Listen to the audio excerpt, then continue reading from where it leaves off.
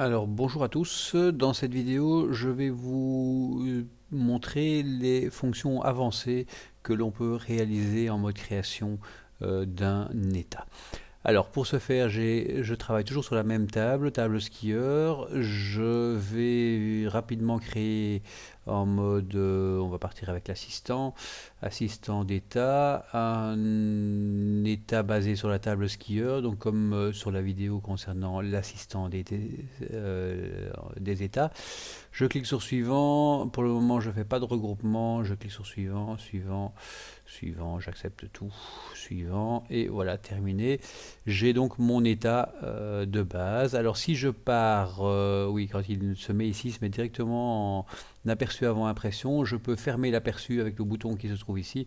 Et je retrouve à ce moment-là de nouveau mon affichage classique avec le mode création que je peux retrouver donc ici.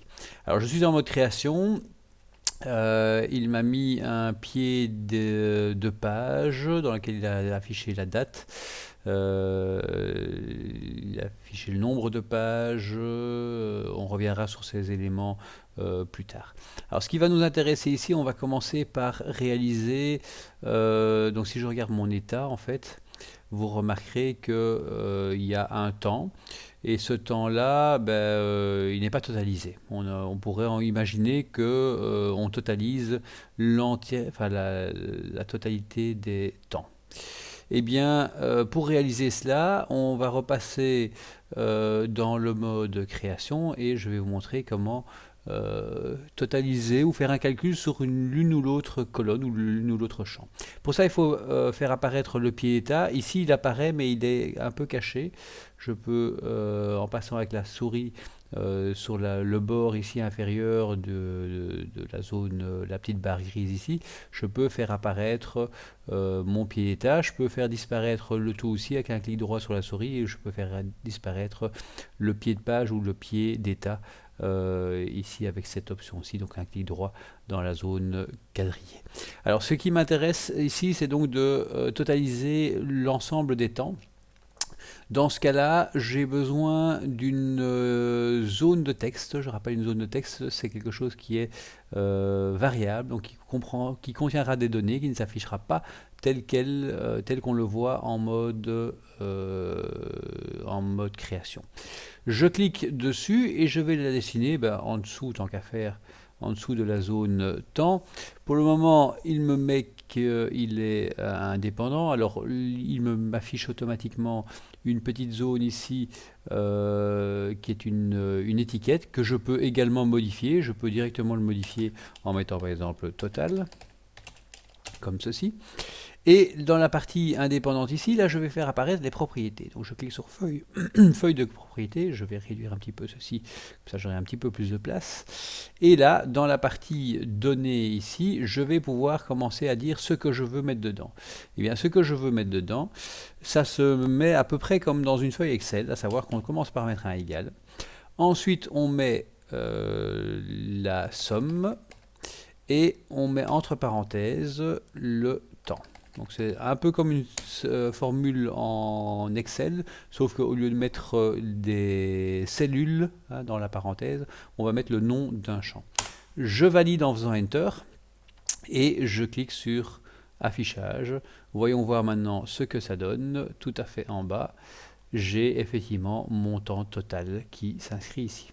Alors ça marche pour le total, mais on peut faire la moyenne. On va faire la moyenne des années de naissance. Là. Donc je vais repasser ici en mode création et je peux faire la même chose. Donc je prends une zone de texte. Attention, j'insiste bien, zone de texte, pas étiquette, sinon vous ne verrez jamais rien apparaître dans votre document. Je dessine la zone de texte dans mon pied d'état et je vais mettre donc dans l'onglet données. N'oubliez pas que ce qui s'affiche ici, c'est le dernier élément sur lequel vous avez cliqué. Donc si je clique ici avant, eh bien je vois l'entête d'état. Si je clique ici, j'ai le pied d'état. Si je clique ici, j'ai effectivement la zone de texte qu'il a appelé d'emblée texte 17. J'ai dans l'onglet données, je peux donc mettre égal et je fais moyenne de année de naissance. Alors attention, parce que l'orthographe doit être exactement la même. comme il y a un espace dedans, je pense qu'il va m'obliger à mettre des crochets. On va le vérifier. Naissance, je ferme la parenthèse. Voilà, il me le refuse. C'est sans doute parce que il y a un espace dedans et du coup je dois mettre des crochets. C'est la raison pour laquelle je vous déconseille de mettre des espaces dans des noms de champs. Voilà, nous avons donc la moyenne ici. L'étiquette, je vais la supprimer en la sélectionnant et en appuyant sur le bouton Supr. Et je clique sur Afficher. Voyons voir si je mets tout à fait en bas de mon document. J'ai effectivement la moyenne de l'année de naissance, c'est 1978. Voilà, ça c'est pour rajouter donc un calcul. Donc ce sont la plupart des calculs que vous avez avec Excel, vous les retrouvez ici. Donc vous allez retrouver moyenne, vous allez retrouver somme, vous allez retrouver premier, dernier pour premier enregistrement, dernier enregistrement. Ce qu'on a vu en fait en gros dans les requêtes, hein, dans les requêtes avancées, on a vu différentes possibilités de calcul. Eh bien c'est les mêmes. Il faut taper évidemment le mot en entier à la main. Là on n'a pas le choix dans le cas présent. Alors, autre petite fonction que l'on peut faire aussi, autre petite particularité que l'on peut faire, c'est qu'on peut faire des regroupements. Imaginons que nos skieurs ici, on voudrait bien que le résultat soit affiché par catégorie, ou plutôt dans ce cas-ci ici, j'ai pas les catégories, on va choisir par pays. Eh bien, pour réaliser un affichage par pays, eh bien, je peux cliquer avec le bouton droit de la souris dans la zone quadrillée qui se situe, enfin, qui représente donc mon état. Donc c'est toute cette zone ici. Je clique donc avec le bouton droit de la souris et je choisis trier et regrouper, grouper pardon. Ici, je choisis cette option aussi. Et je clique sur le bouton ajouter un groupe. Je clique dessus et mon groupe ici, ça va être un groupe de pays. Donc je clique sur pays. Regrouper par pays. Alors, il serait bien utile que je mette avant le pays le nom du pays et qu'après je pourrais faire un total ou une moyenne des temps de parcours qui ont été réalisés par pays. Pour ça, je dois faire apparaître l'entête et pied de groupe. Et là, je dois cliquer ici sur le petit bouton qui se trouvait donc ici à droite. Et j'ai la possibilité de... voilà, avec une sélection d'entête. D'ailleurs, il l'affiche déjà, hein, entête de groupe pays. Je pourrais très bien la supprimer sans section d'entête. Et à ce moment-là, il ne l'affiche plus. Je vais la remettre et il y a certainement aussi sans section de pied de page. C'est en fait pas pied de page mais pied d'entête dont il s'agit. Je peux la supprimer ou la voir affichée. Donc je mets avec section de pied de page. Alors j'ai donc quelque chose qui sera affiché avant chaque pays et quelque chose qui sera affiché après chaque pays. Alors avant chaque pays, on va mettre le nom du pays. Donc je reprends une zone de texte, je la dessine juste avant le pays et je vais marquer égal pays. Donc j'insiste, c'est sur le nom du champ en question, hein, le nom du champ de la table. Ne mettez pas une autre orthographe parce que il risque de ne pas savoir à quoi vous faites référence. Je peux retirer l'étiquette par exemple ici. Voyons déjà voir ce que ça donne en allant cliquer sur le mode affichage. Et bien voilà, vous trouvez Andorre ici, Australie, j'ai 3 coureurs australiens, Autriche, j'ai 4 coureurs autrichiens. On a effectivement un regroupement qui s'est fait donc dans notre table. Ce qu'il y a, c'est que j'ai laissé pas mal de place apparemment dans mon en-tête de page, ce qui fait que en tête de groupe, ce qui fait qu'il affiche à chaque fois un grand en-tête ici. On va modifier ça. Ouais, c'est pas dans c'est pas l'entête où j'ai laissé beaucoup de place, mais si le pied de groupe où j'ai laissé pas mal d'espace. Donc pour réduire ça, on va réduire comme ceci et ça ira beaucoup mieux, vous verrez juste après. Alors ce que je vais faire donc aussi, c'est de faire la moyenne des temps, la moyenne du temps réalisé pour les différents coureurs d'un même pays. Donc même chose, je vais chercher une zone d'étiquette et je la dessine ici en dessous. Je vais marquer égal moyenne temps comme ceci. Je valide en cliquant sur Enter, je supprime la petite zone étiquette et voici, je vais encore réduire un petit peu ma zone d'entête de groupe parce que je trouve qu'elle est encore un petit peu grande et encore beaucoup d'espace ici au-dessus. N'oubliez pas que ceci sera répété à chaque fois qu'il y a un nouveau groupe. Donc si on peut le réduire, ça serait pas plus mal. Donc je remonte ça, je resserre un petit peu. Là, ça me paraît nettement mieux. Voilà, donc là j'ai déjà un petit peu moins d'espace entre les différentes parties, donc ça présente déjà nettement mieux.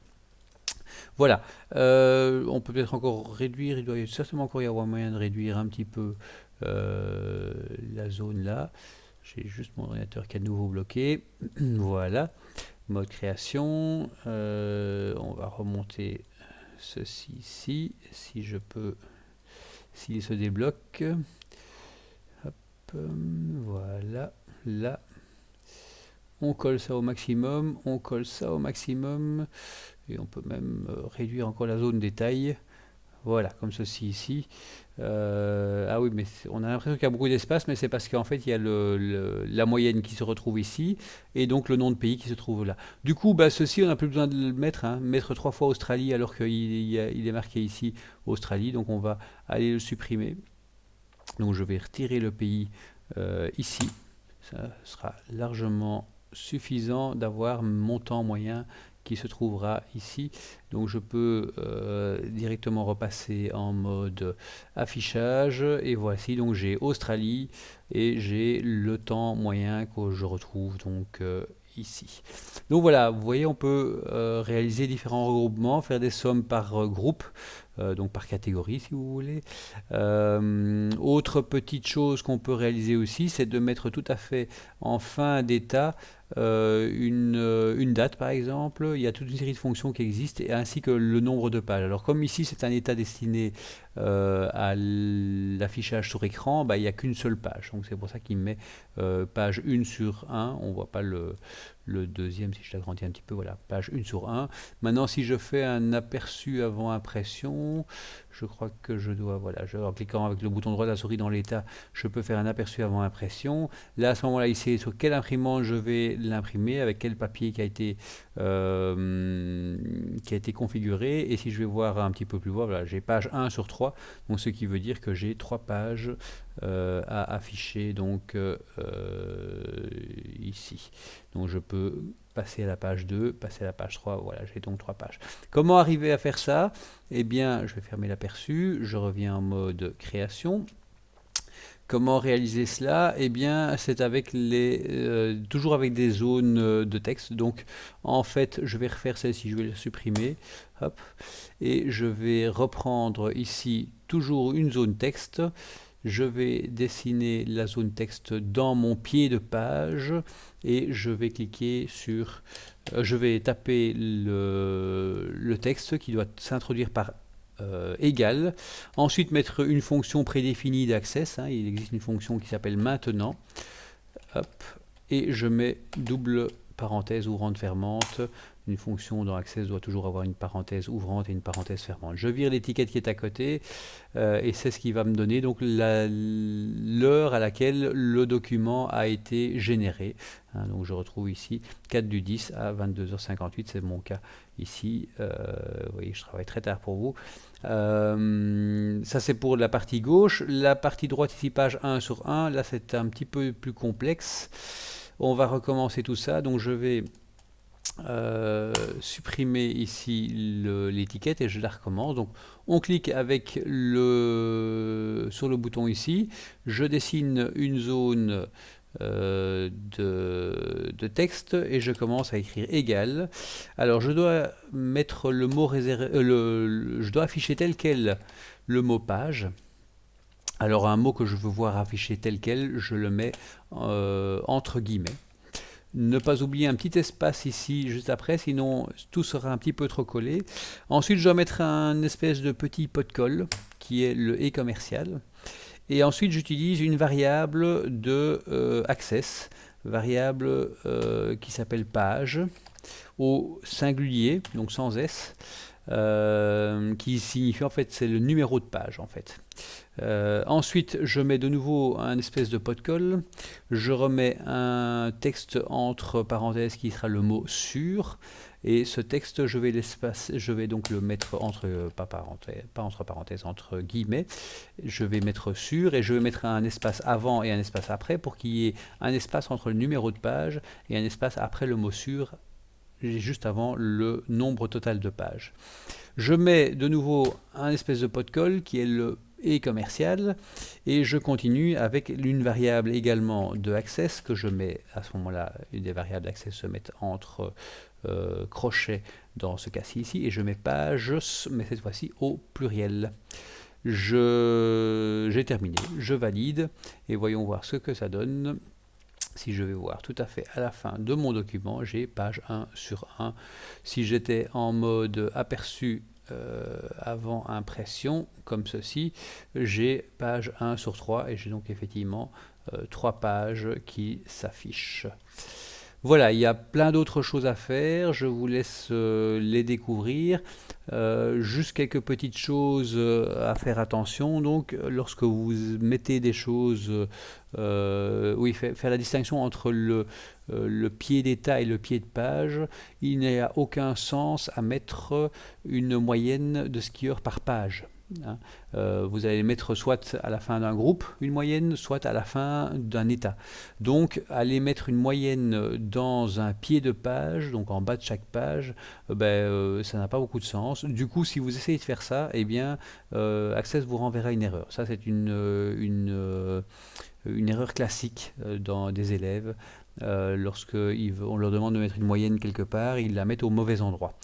N'oubliez pas non plus que c'est donc bien une zone de texte qu'il faut mettre, puisque la zone de texte, elle n'apparaîtra pas telle qu'elle à l'écran, mais elle sera interprétée, il y aura quelque chose qui viendra se mettre à la place.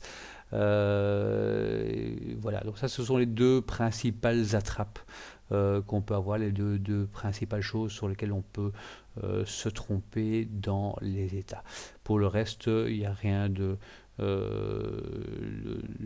qui peut prêter à confusion, mais vraiment ne pas confondre pied de page et pied d'état. Donc pied d'état en fin de document, hein, après le dernier enregistrement, pied de page en fin de page, hein, donc en bas de chaque page, pied de groupe juste après chaque groupe. Donc on peut faire des moyennes ou des sommes ou des calculs à la fin d'un pays, hein, enfin à la fin d'un groupe plutôt, à la fin d'un état, mais ça n'a aucun sens de le faire à la fin d'une page. Voilà, ceci termine les fonctions avancées des tables. Merci de votre attention.